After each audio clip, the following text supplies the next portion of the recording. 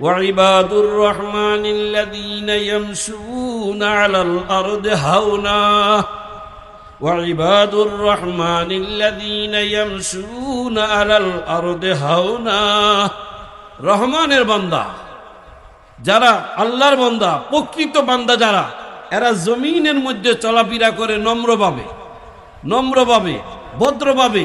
এরা অহংকার করে না, এরা গর্ব করে না। কারণ কোনো মানুষের অহংকার করার কোনো সুযোগ নাই। জবান খুলেন, অহংকার করার কোনো সুযোগ। আবার বলেন, অহংকার করার কোনো সুযোগ। তাহলে মানুষ কিসের বাহাদুরিতে অহংকার করে সেই কথাগুলো একটু করে বললাম। অহংকারী লোক যারা, তারা সত্যকে স্বীকার করে না। অহংকারী লোক যারা, তাদের ঠিকানা হলো জাহান্নাম। বলে সত্যকে স্বীকার করে না। যেমন মনে করেন, যিনি এই যে ইবলিস, শয়তান, বা তার নাম আজাজিল, কথাটা কিন্তু তিনটে বললাম। মানুষ এখানে সে কিন্তু একজন। তিনটে বললাম বলতে, আজাজিল যে, সে আপনার আল্লাহ পাকের আদেশ অমান্য করার কারণে, সিজদা করার জন্য যে হুকুম করলেন, এই হুকুম অমান্য করার কারণে সে হলো শয়তান। আর শয়তানের আরেক নাম হলো ইবলিস। এটা তাহলে অহংকারী লোক যারা, তারা সত্যকে যে স্বীকার করে না, এই কথাটা আপনাদেরকে বুঝাইতেছি। অহংকারী লোক যারা, তাদের ঠিকানা জাহান্নাম, এই কথাটা বুঝাইতেছি। যেমন মনে করেন, এই যে জিন জাতির মধ্যে তিনি ছিলেন জিন জাতি, ইবাদত করতে করতে করতে করতে, আল্লাহর নৈকট্য লাভ করতে করতে শেষ পর্যন্ত আল্লাহ ওনাকে ফেরেশতাদের মধ্যে স্থান দিলেন। ওনার মর্যাদা ছিল অনেক উপরে, কিন্তু এই মর্যাদাবান, এতটুকু মর্যাদা সম্পন্ন হওয়ার পরেও তিনি ধ্বংস হয়ে গেলেন, তিনি জাহান্নামী হয়ে গেলেন একমাত্র অহংকারের কারণে। জবান খুলেন, কিসের কারণে? আবার বলেন, কিসের কারণে? যেমন কোরআনে আসছে, ওয়াইদ কুলনা লিল মালাইকাতি ইসজুদু লিআদাম ফাসাজাদু ইল্লা ইবলিস আবা ওয়াস্তাকবারা ওয়া কানা মিনাল কাফিরিন। আল্লাহ যখন বললেন ফেরেশতাদেরকে, কি বললেন? উসজুদু লিআদামা, যে তোমরা আদমকে সিজদা করো, আদমের সম্মানার্থে। তাহলে একমাত্র ইবলিস ছাড়া সকল ফেরেশতারা আল্লাহর হুকুম মানলেন, সিজদা করলেন। এই সিজদাটা হলো তাজিমান, সম্মানার্থে। এই সিজদা কেন? ইবাদতের উদ্দেশ্য নয়, এই সিজদা হলো সম্মানার্থে। তাহলে আদমকে সিজদা করো, আল্লাহ হুকুম করলেন, সমস্ত ফেরেশতারা সিজদা করলো, একমাত্র ইবলিস ব্যতীত। তাহলে ভাইয়েরা আমার, সেই যে সিজদা করলো না, আল্লাহর হুকুম যে অমান্য করলো, আবা ওয়াস্তাকবারা ওয়া কানা মিনাল কাফিরিন, সে অস্বীকার করলো, অহংকার করলো। এই অহংকার করার কারণে সে কাফেরদের অন্তর্ভুক্ত হয়ে গেল, সে বেঈমান হয়ে গেল, তার ঈমান ধ্বংস হয়ে গেল। তাহলে অহংকারী লোক, অহংকারী যারা, তারা সত্যকে স্বীকার করে না এবং অহংকার ঈমানকে পর্যন্ত ধ্বংস করে। তাহলে জবান খুলেন, অহংকার জিনিসটা ভালো না খারাপ? হাত তুলে বলেন, ভালো না খারাপ? আবার বলেন, ভালো না খারাপ? তাহলে আমরা অহংকারী হব কেন? বলে হুজুর, মানুষ অহংকার করতেছে তার শক্তির বাহাদুরিতে, মানুষ অহংকার করতেছে তার রূপের বাহাদুরিতে, মানুষ অহংকার করতেছে তার জমিদামার বাহাদুরিতে, মানুষ অহংকার করতেছে তার ধন সম্পদের বাহাদুরিতে, মানুষ অহংকার করতেছে তার পদ পদবীর বাহাদুরিতে, মানুষ অহংকার করতেছে তার নেতৃত্বের বাহাদুরিতে। অহংকার করা যাবে না, অহংকার করা যাবে না, অহংকার করা যাবে না।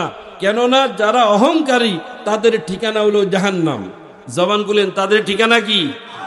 আরে সকলে জবান খুলেন, তাদের ঠিকানা কি? জাহান্নাম। বলে কেমনে হুজুর জাহান্নাম? কোরআন কি বলে দেখেন, ইন্নাল্লাযীনা ইস্তাকবিরুনা আন ইবাদাতি সায়াদখুলুনা জাহান্নামা দাখিরিন।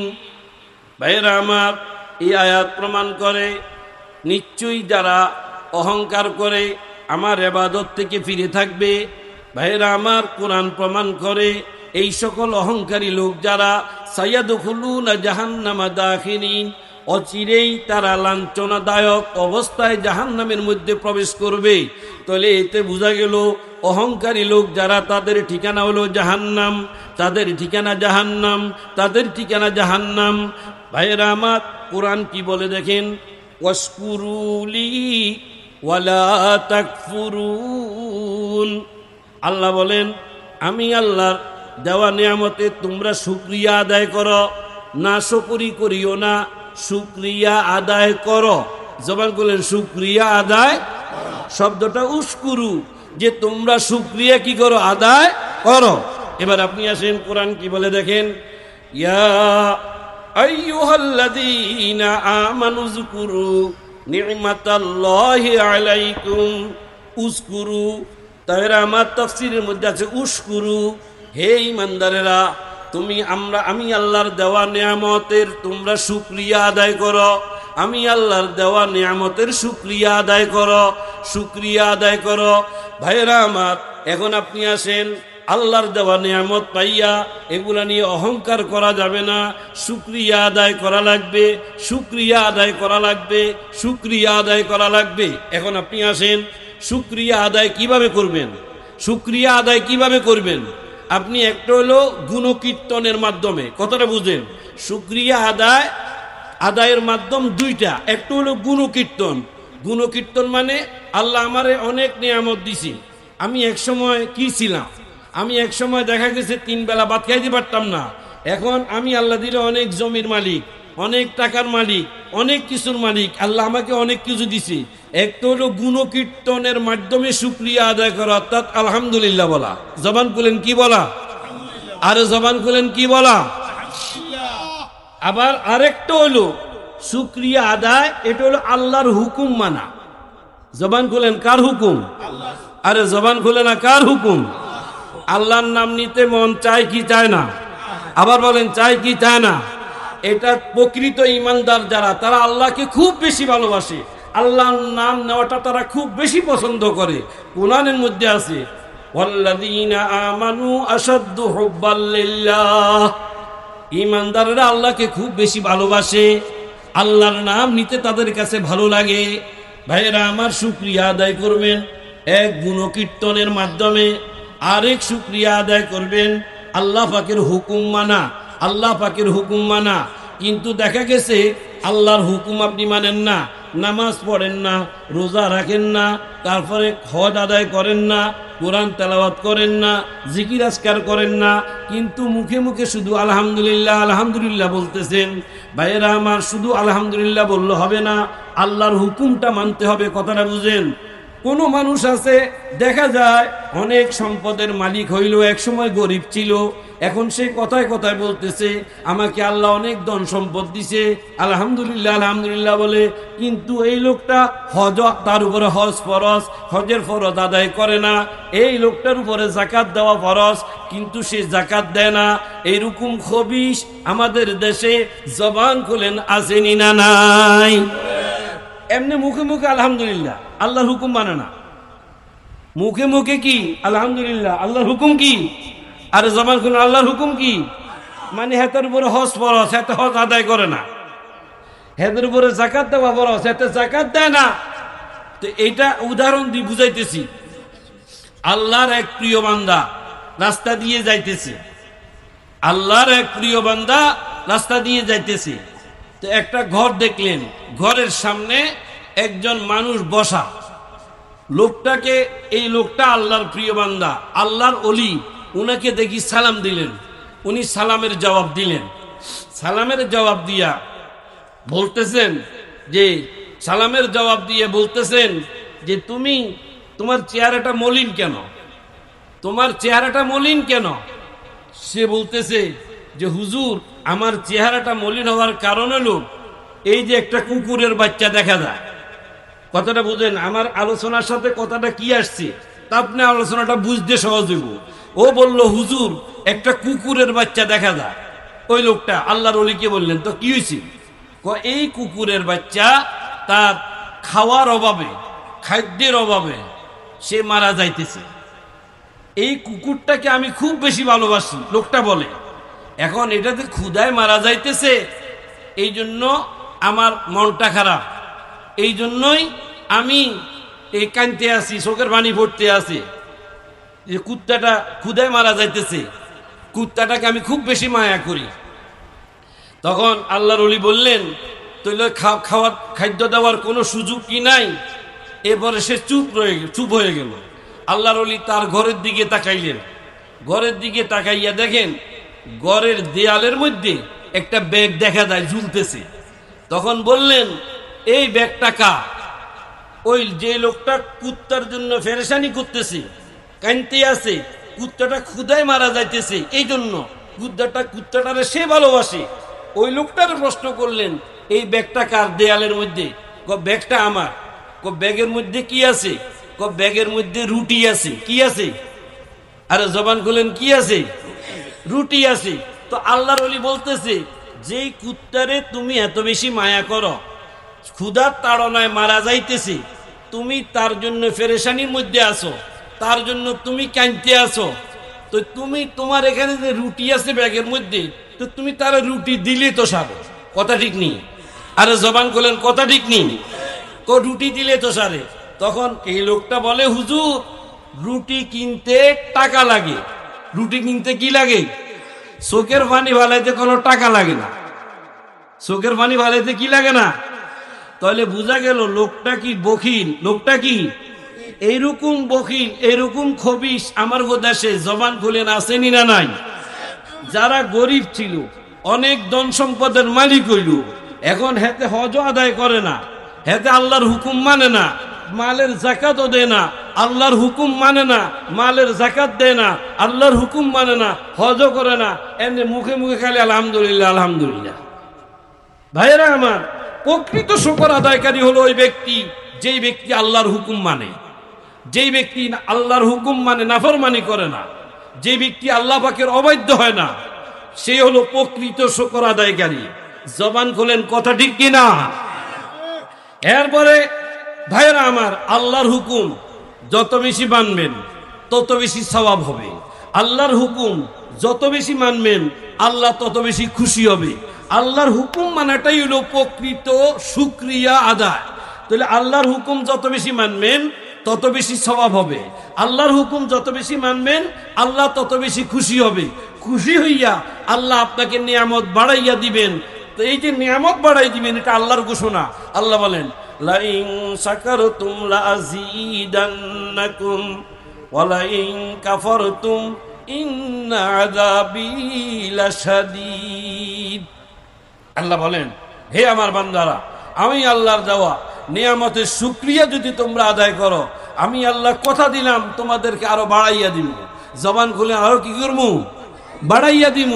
যদি আমি আল্লাহর দেওয়া নিয়ামতের শুকরিয়া আদায় না করো, তাহলে ইন্না আযাবী লাশাদীদ, তাহলে আমার ধরা বড় শক্ত ধরা, আমার শাস্তি বড় শক্ত শাস্তি, আমার ধরা বড় শক্ত ধরা।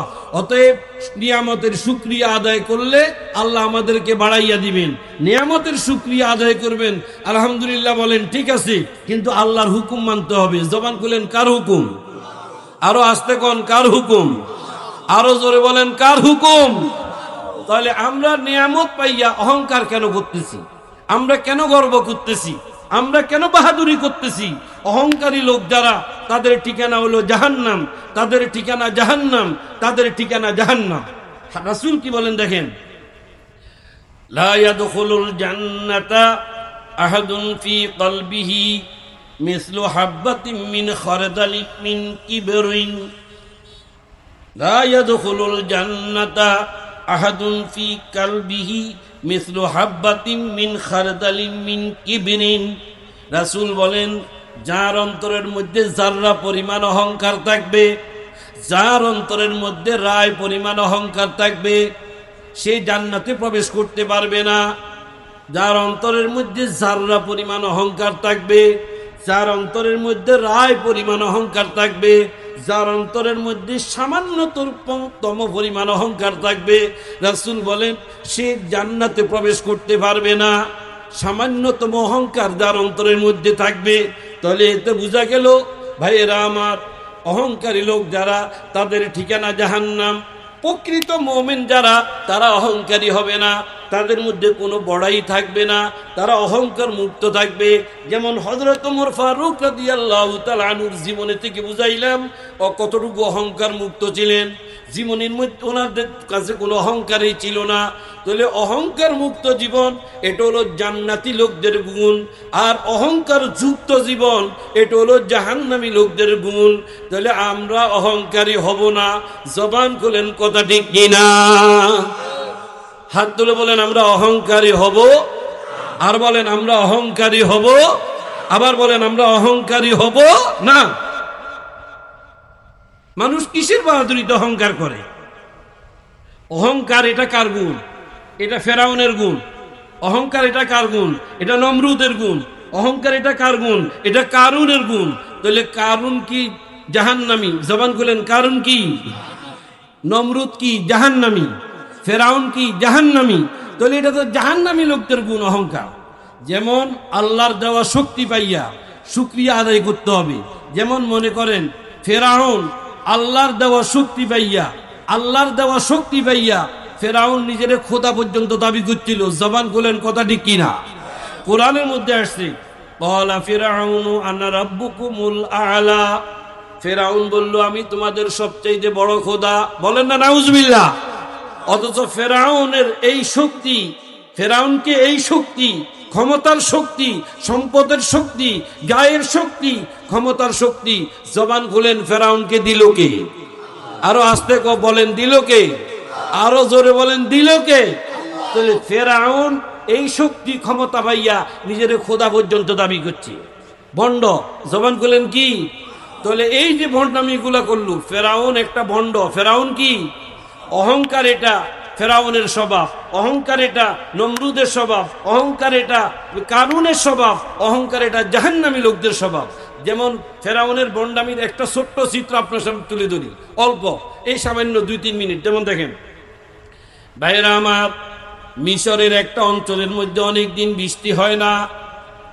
না হওয়ার কারণে ওই এলাকার লোক বৃষ্টি না হইতে হইতে ফসলাদিগুলি মরে যাইতেছে, আর ঘাসগুলি মরে যাইতেছে, জ্বলে যাইতেছে বৃষ্টি না হইতে হইতে। এখন গরু ছাগলের খাদ্যের সংকট দেখা দিল, ফসলাদির সংকট দেখা দিল, মানুষের খাদ্যের সংকটও দেখা দিছে। এখন এই খাদ্যের সংকটের কারণে দেখা গেছে আপনার গরু ছাগলের ঘাস শুকাই যাইতেছে, গরু ছাগল আস্তে আস্তে মারা যাইতেছে। পানি, বৃষ্টি হয় না, বৃষ্টি হয় না, বৃষ্টি হয় না। বৃষ্টির অভাবে ওই এলাকার লোক ফেরাউনের কাছে গেল। ফেরাউন যে ভণ্ড, ফেরাউনের কাছে গেল। ফেরাউনকে যাইয়া বলল আমাদের এলাকায় বহুদিন বৃষ্টি হয় না, বহুদিন বৃষ্টি হয় না। তুমি তো আমাদের খোদা, তুমি তো আমাদের খোদা, অতএব তুমি কি শুনো নাই, তুমি কি জানো নাই এই অঞ্চলে বহুদিন বৃষ্টি নাই? কি হয়েছে? কি আর হবে? তুমি যখন আমাদের খোদা দাবি করো, তুমি আমাদেরকে বৃষ্টি দাও। কি দাও? তাহলে ফেরাউনের বৃষ্টি দেওয়ার ক্ষমতা আসেনি। আরে জবান তো খুললেন না। জবানটা সত্য কথার লগে জবান খুললে কি স্বভাব হবে না গুনাহ হবে? আবার বল, আমি প্রশ্ন করতেছি, ফেরাউনের বৃষ্টি দেওয়ার কোনো ক্ষমতা আসেনি? নাই। এখন হেতার কাছে বৃষ্টি চাইছি, হেতার রাজ্যের একটা অংশের লোকেরা বৃষ্টি হয় না, অনাবৃষ্টির কারণে অভাব, খাদ্যের সংকট, বৃষ্টি দাও। তো এখন হেতার খোদাই দাবি রক্ষা করার জন্য উপস্থিত জবাব দিল, যাও বৃষ্টি দিমু। কি দিমু? অথচ বৃষ্টি দেওয়ার ক্ষমতা হেতার বাপেরও নাই। বলে হেতার বাপকে, হেতার বাপ শয়তান, হেতার বাপেরও নাই। এখন ফেরাউন এদেরকে বৃষ্টি দিব কই বিদায় দিছে, দিয়া এখন হেতার মুরব্বীর কাছে গেছে। হেতার মুরব্বীকে ইবলিস, হেতার মুরব্বীকে এই শয়তানের কাছে গেছে। আমার কাছে তো রাজ্যের ওই এলাকার লোকেরা আসছিল, বহুদিন বৃষ্টি হয় না, খাদ্যের সংকট দেখা দিছে, এবং আমাকে বলছি বৃষ্টি দাও। এখন আমার খোদাই দাবি রক্ষা করতে হলে এখন আমি বলছি যে বৃষ্টি দিমু। এখন আসলে বৃষ্টি দেওয়ার কোনো ক্ষমতা তো আমার নাই। এখন হেতার মুরব্বীর কাছে, ইবলিসের কাছে গেছে, বৃষ্টির ব্যবস্থা করো। ইবলিস বলল যে যাও, যে তোমার দাবি, তারা যে দাবি করছে বৃষ্টি, তুমি যে দাবি পূরণ করবে বলছো, তোমার দাবি পূরণের ব্যবস্থা আমি করে দিব। ইবলিসে বলে করে দিব, কেননা তুমি যদি এই দাবি পূরণ করতে না পারো তাহলে তোমার খোদাই দাবি চলতো না। আর তুমি হইলা শয়তান, বলে তুমি হইলা আমার প্রধান খলিফা। কি খলিফা? প্রধান খলিফা।